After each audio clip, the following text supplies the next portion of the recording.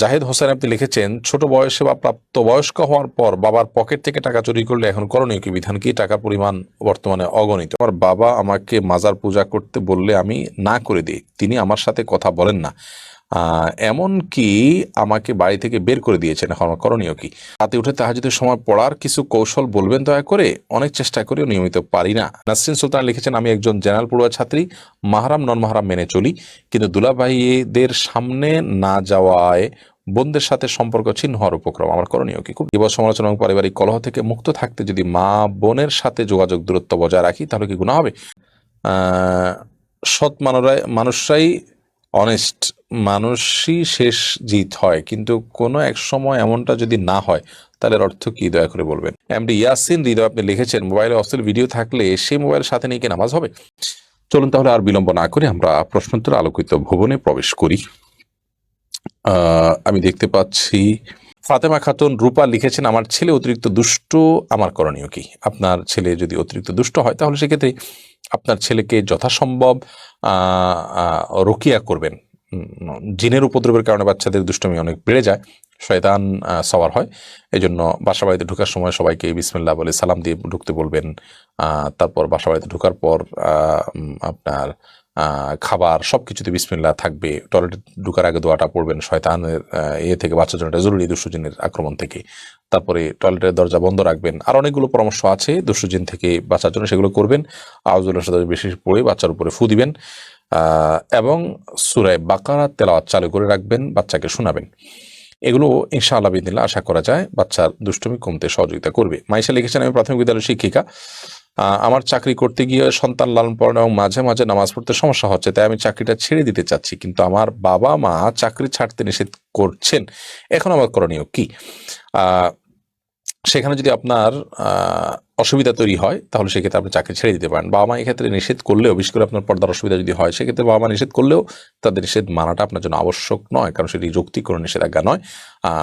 আপনি আপনার জায়গা থেকে তাদের সেবার চেষ্টা করবেন এবং তাদের নির্দেশটা কেন মানতে পারছেন না, অপারগতা কোন জায়গায়, সেটা আপনি বিনয়ের সাথে জানিয়ে দিবেন। এরপরে আমিরা খান লিখেছেন, পরীক্ষায় তো অসৎ উপায় অবলম্বন করতে পারবো না, আবার পরীক্ষায় তেমন ঠিক করে প্রস্তুতি নিতে পারি নাই, এখন আমার করণীয় কি? কোনো আমল আছে কি? আল্লাহর কাছে দোয়া করবেন, আল্লাহ যেন সহজ করেন। আল্লাহুম্মা হাসিবনি হিসাবান ইয়াসিরা, আল্লাহ আপনি আমার হিসাব গ্রহণকে সহজ করে দিন। বা সাধারণভাবে বাংলা মাতৃভাষা যে কোনোভাবে আল্লাহর কাছে সহজের জন্য দোয়া করবেন। আর সেই সাথে আল্লাহর ভরসা করে যেটুকু সময় আছে সেটুকু সময়কে কাজে লাগার চেষ্টা করবেন এবং আল্লাহ যা ফয়সালা করবেন, পরীক্ষা যা ফলাফল হবে সেটাকে মেনে নেওয়ার জন্য প্রস্তুত থাকবেন। ইনশাআল্লাহ তার ভিতরে কল্যাণ থাকবে এবং অরিড হওয়া, হতাশ হয়ে যাওয়া, এটা ইমানদারের চরিত্রের সাথে যায় না। সবরকারী হতে হবে। আনিকা জামান লিখেছেন, সারাদিন কিছু সময় থাকে দোয়া কবুল হওয়ার, তখন কি হাত তুলে মোনাজাত ধরে দোয়া করতে হবে, না সাধারণ অবস্থার মধ্যে দোয়া করা যাবে? দুইভাবে করতে পারেন আপনি, কোনো অসুবিধা নেই। হাত তুলে দোয়া করতে পারেন দোয়া কবুলের সময়গুলোতে, আর মনে মনে দোয়া করতে পারেন।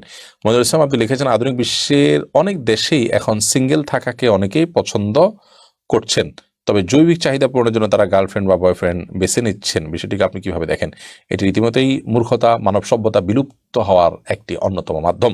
তথাকথিত বয়ফ্রেন্ড গার্লফ্রেন্ড কালচারে শুধুমাত্র ভোগ হয়, সেখানে মানব সভ্যতা টিকিয়ে রাখার জন্য সন্তান জন্ম দেওয়া, বংশ বিস্তার, এগুলো থাকে না। পৃথিবীর অনেক দেশ এই কালচারে আপনার তারা ইউজ টু হওয়ার কারণে তাদের ওই সমাজে আপনার মানুষের জন্মের হার কমে যাচ্ছে এবং প্রণোদনা দিয়ে জন্মের হার বাড়ানো যাচ্ছে না। এই মানে আল্লাহর দেওয়ার নিয়মকে ভায়োলেশন করে নিজের মতো কোনো কালচার যদি মানুষ ডেভেলপ করার চেষ্টা করে, সেটা মানুষের জন্যই ক্ষতিকর প্রমাণ হবে। ঈশিতা আক্তার ইতি লিখেছেন, সৎ মানুষরাই অনেস্ট, মানুষই শেষ জিত হয়, কিন্তু কোনো এক সময় এমনটা যদি না হয় তাহলে এর অর্থ কি, দয়া করে বলবেন। সৎ এবং ভালো মানুষদেরই শেষ হাসি হাসবে মুখে, দুনিয়াতে না হাসলে আখিরাতে হাসবে। অতএব দুনিয়াতেই যে সবকিছুর বদলা পেয়ে যেতে হবে বাট এরকম নয়, আল্লাহ তাআলা অনেককে আখিরাতে দেন, মৃত্যুর পরে দেন, অতএব তার জন্য অপেক্ষা করতে হতে পারে, সে অপেক্ষাটা করতে হবে। এরপরে খন্দকার তৌহিদুল ইসলাম লিখেছেন, গীবত, সমালোচনা এবং পারিবারিক কলহ থেকে মুক্ত থাকতে যদি মা বোনের সাথে যোগাযোগ দূরত্ব বজায় রাখি তাহলে কি গুনাহ হবে? এটা তো সমাধান নয়। সমাধান হলো নিজেকে কন্ট্রোল করার চেষ্টা করা। মা বোন রক্ত সম্পর্কীয়, তাদের সাথে সম্পর্ক ছিন্ন করা গুনাহের কথা। তবে হ্যাঁ, বেশি কথা বললে সমস্যা হয়, সেক্ষেত্রে আমি একটু নিজেকে নিয়ন্ত্রণ করার জন্য অভ্যস্ত করার জন্য আমি যদি নিয়ন্ত্রণ করতে পুরোপুরি পারি না, একটু সময় নিচ্ছি, সেজন্য আমি একটু যোগাযোগ কম রাখলাম, সেটা ঠিক আছে। কিন্তু এই কমের পরিমাণ কতটুকু, সেটা যদি সম্পর্ক ছিন্নের পর্যায়ে চলে যায় তাহলে তো গুনাহ হবে। সম্পর্ক ছিন্ন করা যাবে না, আবার গীবত সমালোচনা থেকেও বেঁচে থাকার চেষ্টা করতে হবে, সেটা মধ্যে সমন্বয় করতে হবে। জাহিদ হোসেন আপনি লিখেছেন, ছোট বয়সে বা প্রাপ্তবয়স্ক হওয়ার পর বাবার পকেট থেকে টাকা চুরি করলে এখন করণীয় কি, বিধান কি? টাকার পরিমাণ বর্তমানে অগণিত। বাবার কাছ থেকে মাপ চেয়ে নিতে হবে তিনি বেঁচে থাকলে, অথবা ফেরত দিয়ে তার অ্যাকাউন্টে টাকা ঢুকিয়ে দিতে হবে, এরপর আল্লাহর কাছে ইস্তেগফার করতে হবে। এমনি ফরিদ মিয়া লিখেছেন, মসজিদে মিষ্টি দেওয়া কি জায়েজ আছে? দিতে পারেন, তবে মিষ্টির কারণে মসজিদের অসম্মান না হয়, নোংরা না হয়, ময়লা না হয়, মিষ্টি পড়ে, সেটা দেখতে হবে। এমনিতে আপনি মুসল্লি থেকে মনে চালে মিষ্টি খাওয়ালে সেটা আপনি খাওয়াতেই পারেন। মোহাম্মদ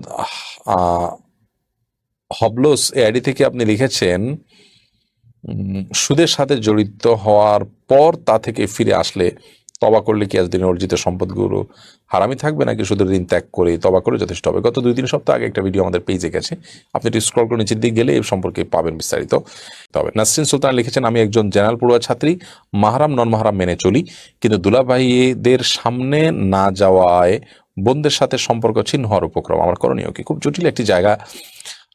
বোনদেরকে আল্লাহ হেদায়েত দান করুক, তাদেরকে বোঝানোর চেষ্টা করতে হবে অন্যদেরকে দিয়ে, এবং অন্যভাবে কেয়ার করে, ধরুন বোনের স্বামী, বোনের ছেলে মেয়ে, তাদের জন্য আপনি আপনার জায়গা থেকে পর্দার মধ্যে থেকে তাদের প্রতি আন্তরিকতা যতভাবে প্রকাশ করা যায়, হাদিয়া পেশ করা, রান্না বাড়া করা, ভালো করে সেবা করার চেষ্টা করা, পর্দা পুরোপুরি মেনে, এটা আপনি করবেন, যাতে করে তারা অন্তত এতটুকু নিশ্চিত হন যে আপনি তাদেরকে অবজ্ঞা করছেন না এবং তাদের জন্য আপনার কোনো শ্রদ্ধাবোধের কোনো কমতি নেই, এটি আপনি জানানো দিবেন। এরপরও যদি তারা ভুল বুঝে, তাহলে আল্লাহর উপর সফর্দ করে দিবেন। আপনার আখলাককে আপনি নষ্ট করবেন না, উত্তম আখলাক আপনি বজায় রাখবেন, যেন দিন শেষে বলে যে হ্যাঁ, সে এজ এ মানুষ ভালো।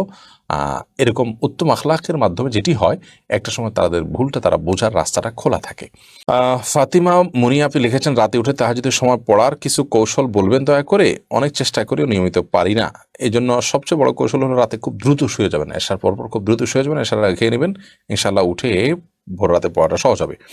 ইয়াসিন হৃদয় আপনি লিখেছেন, মোবাইলে অশ্লীল ভিডিও থাকলে সেই মোবাইল সাথে নিয়ে কি নামাজ হবে? অশ্লীল ভিডিও থাকলে সে মোবাইলে নামাজ পড়লে নামাজ হয়ে যাবে, বাট আপনার এই কাজটিতে গুনাহ। মোবাইলের মধ্যে আপনি অশ্লীল ভিডিও রাখলেন, সেগুলোকে ক্লিন করতে হবে, পরিচ্ছন্ন করতে হবে, না হলে আপনি গুনাহগার হবেন। আমার বাবা আমাকে মাজার পূজা করতে বললে আমি না করে দিই, তিনি আমার সাথে কথা বলেন না, এমন কি আমাকে বাড়ি থেকে বের করে দিয়েছেন, এখন আমার করণীয় কি? আল্লাহ মাফ করুক, মাজার পূজা করতে বললে সে নির্দেশ তো মানা যাবে না। আল্লাহ তাআলা বলেছেন, ওয়াইন জাহাদাকা আন তুশরিকা বিল্লাহ, আল্লাহর প্রতি শিরক করার জন্য মা বাবা যদি তোমাকে জোরাজুরি করেন, তাহলে ফালা তুতিউহুমা, তুমি তাদের অনুসরণ করবে না, তবে তাদের সাথে সৎ ব্যবহার করতে হবে, আল্লাহ সেটা নির্দেশ করেছেন, বিধায় আপনি সেটি করবেন। বাড়ি থেকে বের করে দিলে সবর করবেন, আপনি বাইরে থেকেও তাদের প্রতি আপনার যে শ্রদ্ধার কোনো কমতে, সেটা আপনি প্রকাশ করবেন। মাসুম মাহফুজ লিখেছেন, নিজেকে অসাম্প্রদায়িক হিসাবে পরিচয় দেওয়ার জন্য পূজা যাওয়া যাবে কিনা, বা অন্য ধর্মাবলম্বীদের কোনো উৎসবে অংশগ্রহণ করা যাবে কিনা? জি না, এটা যদি কেউ করেন তাহলে সেক্ষেত্রে এটি তার ইমান বিরোধী, ইমান পরিপন্থী কাজ। আপনি যা বিশ্বাস করেন না তা করছেন, এটা এক ধরনের আত্মপ্রতারণার শামিল। মানুষ মুসলিম, এবং মুসলিম তার চিন্তা অনেক ব্রড থাকবে, সবাইকে তিনি আপন মনে রাখবেন, সেটি ঠিক আছে। তো এর মানে এই না যে আপনি অতি উদার শাস্তি গিয়ে আপনি পুজোয় চলে যাবেন, কারণ বিভিন্ন হাদিস থেকে পরিষ্কারভাবে আমরা নির্দেশনা পাই যে কোনো ব্যক্তি মান কাসারা সাওয়াদা কওমিন, যে ব্যক্তি কোনো জাতির দল ভারী করলো তাদের মধ্যে গিয়ে সে তাদের অন্তর্ভুক্ত হয়ে যায়, এটা যাওয়া উচিত নয়। তাছাড়া শিরক যেখানে হয় সেখানে আল্লাহ লানত বর্ষিত হয়, সেখানে যাওয়া মানে নিজেকে লানতের জায়গায় নিয়ে যাওয়া। এটা সমস্ত উলামা ইকরামের ঐক্যমতই নাজায়েজ এবং গুনাহের কথা।